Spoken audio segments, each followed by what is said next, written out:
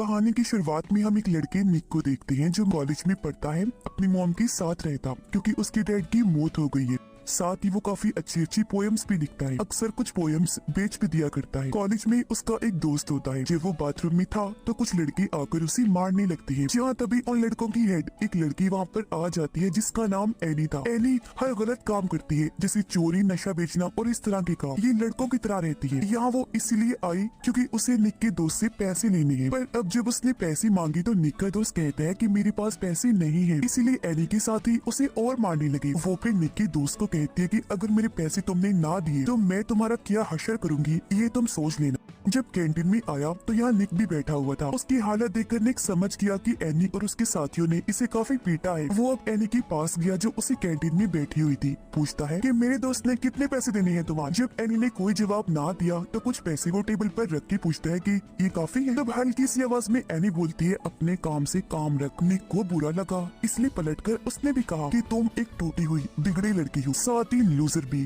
जो कहकर वो जाने लगा, पर एनी को इतना गुस्सा आया कि वो निक पर हमला कर देती है और इस तरह इन दोनों की लड़ाई हो जाती है। कुछ देर के बाद दोनों को प्रिंसिपल की ऑफिस भेज दिया गया। प्रिंसिपल एनी को आगे से ऐसा ना करने का कहकर यहाँ से भेज देते हैं, जबकि निक को कहते हैं कि ऐसी लड़कियां ठीक नहीं होती तो इससे दूर रहो। जिसके बाद वो भी यहाँ से चला जाता है। रात को निक के घर उसका दोस्त आया जो उसे कुछ पैसे देकर पोयम खरीदता है। फिर पूछता है कि कल रात एक पार्टी है, क्या तुम जाओगे उसमें। निक कहता है कि नहीं, क्योंकि कल मैं लंदन जा रहा हूँ। वहाँ एक काफी बड़ी अकेडमी में राइटर्स की मीटिंग है। वो उसे अपने टिकट भी दिखाता है। उसके दोस्त ने पूछा क्या तुम्हारी मॉम को पता है इस बारे में। निक कहता है कि नहीं, अगर उन्हें पता चल गया तो वो मुझे जाने नहीं देंगी। अब एनी अपने एक दोस्त के पास आई जो भी उसकी ही तरह गलत काम करता है। ये दोनों अब एक ज्वेलरी की दुकान पर आकर रुके। वहाँ का शीशा एनी तोड़कर बहुत सारी ज्वेलरी चुरा लेती है। अगली सुबह जब एनी वहाँ से जाने लगी तो अपने साथ वो चोरी की हुई ज्वेलरी भी ले जाने लगती है। उसका दोस्त कहता है कि ज्वेलरी इधर ही रहने दो, इसकी हिफाजत मैं करूंगा। एनी कहती है कि नहीं, तुम इसकी हिफाजत नहीं कर सकती, ये मेरे साथ ही रहने दो। जो कहकर वो यहाँ से चली गई। इस पर उसके दोस्त को बहुत गुस्सा आया। वो पुलिस को कॉल करके सब कुछ बता देता है। कॉलेज में आने के बाद एनी वो ज्वेलरी अपने लॉकर में रखने लगती है, पर उसे ऐसा करते हुए निक के दोस्त ने देख लिया था। थोड़ी देर के बाद यहाँ पुलिस आ गई। जब उन्होंने एनी के लॉकर की तलाशी ली तो उन्हें वो ज्वेलरी मिल जाती है, इसीलिए वो एनी को गिरफ्तार करके ले जाती है। पर क्योंकि वो स्टूडेंट थी तो जल्दी उसे छोड़ दिया गया।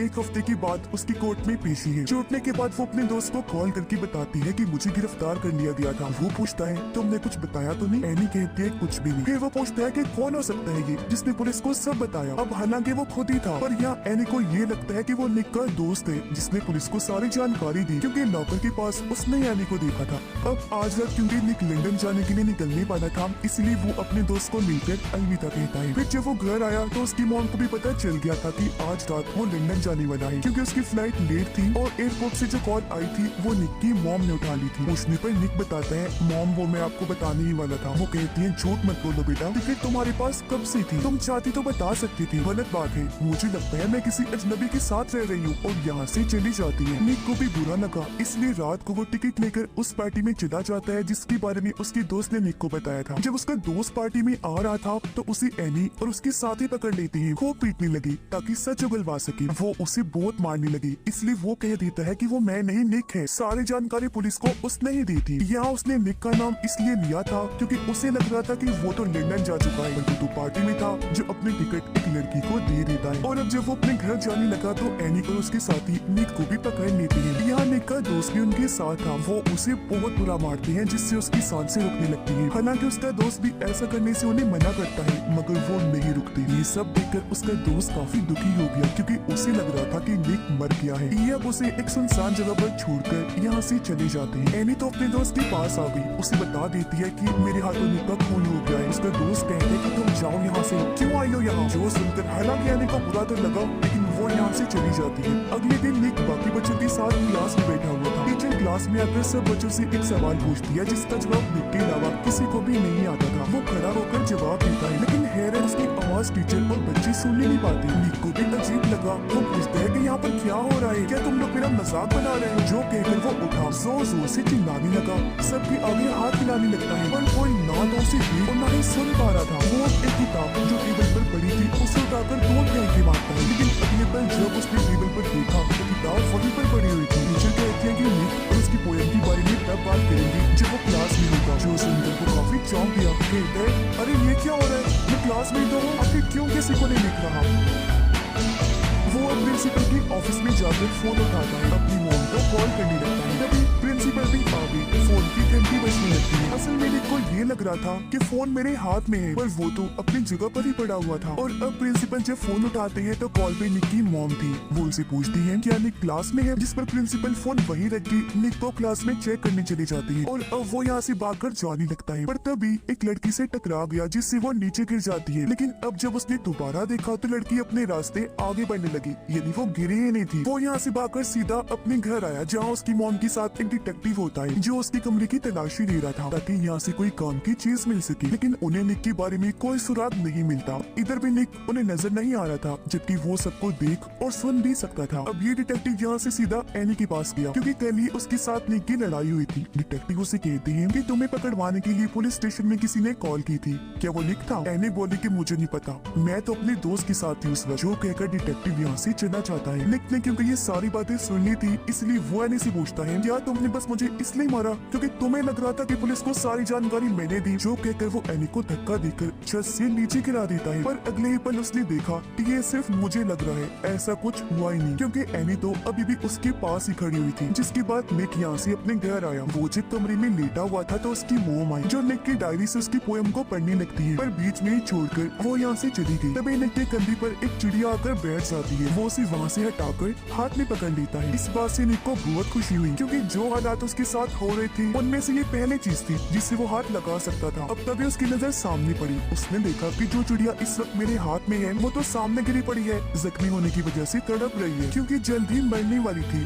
और अब अगले ही पल वो मर जाती है, जिसके साथ ही निक के हाथ से भी गायब हो जाती है। तब ये देखकर वो सारी बात समझ जाता है, यानी उसे पता चल गया था कि मैं अभी भी जिंदा हूँ, बस मेरी आत्मा मेरे जिस्म से बाहर निकल आई है। यानी मैं जिंदगी और मौत के बीच की उस जगह पर हूँ जहाँ मेरी मौत कभी भी हो सकती है, बिल्कुल इस चिड़िया की तरह। पर अगर मैं मर गया तो मेरी आत्मा हमेशा हमेशा के लिए इस दुनिया से चली जाएगी। पुलिस को वो जगह पता चल गई थी जहाँ उस रात एनी और उसके साथियों ने निक को मारा था। पुलिस के साथ निक का दोस्त भी था, लेकिन वो ये नहीं बताता कि निक का जिस्म कहाँ है, क्योंकि उसे लग रहा था कि इस तरह मैं फंस जाऊंगा, जिसके बाद एनी और उसके साथी भी मुझे मारेंगे। यहाँ भागकर निक भी आया। वो डॉग और पुलिस के सामने आकर उन्हें रास्ता समझाने की कोशिश करने लगता है, यानी मैं उस तरफ हूँ, लेकिन कोई फायदा नहीं होता। इसलिए काफी ढूंढने के बाद भी पुलिस को उसकी बॉडी जिस्म नहीं मिलता। अब एनी अपने घर आई, उसके पीछे पीछे निक भी आ जाता है। उसने देखा कि एनी का एक छोटा भाई है जिससे वो बहुत प्यार करती है। असल में उसकी मॉम की मौत हो गई थी और बाप ने दूसरी शादी कर ली थी। एनी को कभी प्यार नहीं मिला, उसका किसी ने ख्याल ही नहीं रखा, तो बगैर माँ बाप और प्यार के पलने बढ़ने पर वो गलत रास्ते पर चल पड़ी। वो अपने भाई को कहती है कि तुम मेरे जैसे कभी मत बनना। अपने भाई को उसने गले से लगा लिया।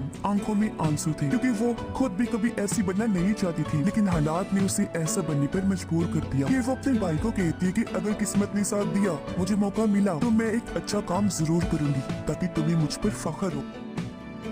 अब एनी के उसी दोस्त के पास डिटेक्टिव आया, कहता है कि उस रात एनी ने तुम्हें जेल से कॉल की थी जब उसने ज्वेलरी चुराई, तो क्या उस रात वो तुम्हारे साथ थी? जिस पर वो किसी मुसीबत में ना फंसे, इसलिए ना चाहते हुए भी उसे इस केस में आना पड़ता है। वो निक की दोस्त को अगवा करके उससे पूछता है कि बताओ तुमने निक की बॉडी को कहाँ रखा है, जिस पर निक का दोस्त उसे उस जगह पर ले जाता है। तब एनी का दोस्त बॉडी को वहाँ से कहीं और शिफ्ट करवा देता है, ताकि अगर पुलिस को कोई बताना भी चाहे तो पुलिस को कभी भी बॉडी ना मिले। जिसके बाद वो एनी को मारने का प्लान बनाता है। वो उसे मिलने के लिए बुलाता है। इससे पहले वो उसकी जान लेता, एनी गन छीनकर उसी पर तान देती है। तभी यहाँ पुलिस भी आ गई। तब सही सलामत एनी यहाँ से निकलने में कामयाब रही। वो जब भाग रही थी तो निक उसे कहता है मत भागो एनी, वो तुम्हें पकड़ लेंगे। तब पलटकर एनी कहती है कभी नहीं, और यहाँ से भाग गई। ये सुनकर निक को काफी हैरत हुई, क्योंकि एनी उसे सुन सकती थी। और अब जब वो बैठी थी तो निक उसके पास आकर कहता है कि मैं जानता हूँ एनी, तुम मुझे सुन सकती हो। मैं निक तुम्हारे आस पास ही हूँ, क्योंकि मैं अभी जिंदा हूँ, बच सकता हूँ। तुम बस पुलिस को बता दो कि मेरी बॉडी कहाँ है। अपने किए पर एनी उससे माफी मांगती है। फिर उसे वहाँ ले जाने लगी जहाँ इन्होंने निक की बॉडी को रखा था। और जाहिर है इधर वो नहीं थी, क्योंकि एनी के दोस्त ने वो कहीं और फेंकवा दी थी। पर यहाँ इन्हें च्युइंगम का रैपर मिल जाता है जो निक का दोस्त खाया करता था, जिससे दोनों समझ गए कि बॉडी यहाँ से गायब होने में निक के दोस्त का भी हाथ है। इसलिए अब एनी उसके दोस्त को पकड़ लेती है, मार मार कर पूछती है कि बताओ